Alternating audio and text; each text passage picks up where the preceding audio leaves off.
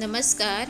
RV kitchen या चॅनलमध्ये मी RV तुमच्या सर्वांचं मनापासून स्वागत करते. आज आपण मऊ लुसलुशीत आणि जाळीदार आंबोळी कशी बनवायची हे पाहणार आहोत. आंबोळी तुम्ही नारळाच्या चटणीसोबत किंवा सांबारसोबत देखील खाऊ शकता. तर ती कशी बनवायची ते आपण पाहूया.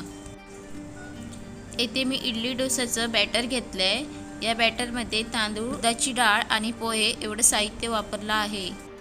हे बॅटर कसं बनवायचं याचा मी व्हिडिओ बनवला आहे. तुम्ही आय बटनवर क्लिक करून बघू शकता किंवा डिस्क्रिप्शन बॉक्समध्ये मी लिंक दिलेली आहे. तर आता आंबोळ्या बनवायला सुरुवात करूया. आंबोळी बनवण्यासाठी येथे मी भिड्याचा तवा वापरला आहे. तुमच्याजवळ जर भिड्याचा तवा नसेल तर तुम्ही नॉनस्टिक तवा वापरू शकता. हा तवा मीडियम आचेवर गरम करून घेतलाय. आता याला तेल लावून घेऊया.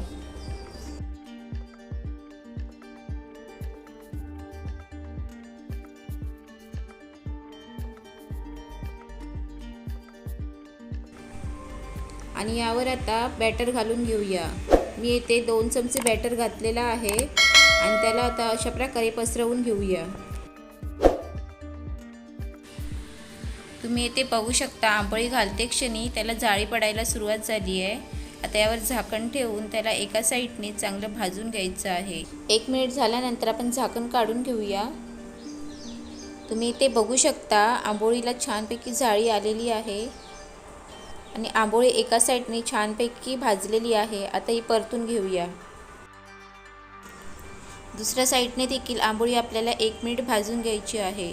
येथे आंबोळी रेडी आहे. आता ही काढून घेऊया.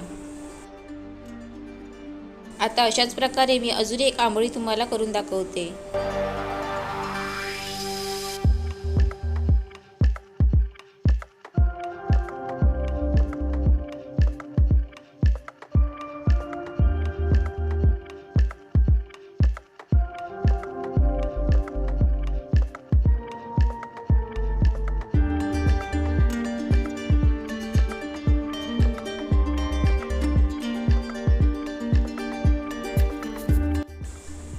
तुम्ही इथे बघू शकता किती मऊ लुसलुशीत अगदी सहज तुटणारी आणि जाळीदार अशी आंबोळी रेडी आहे.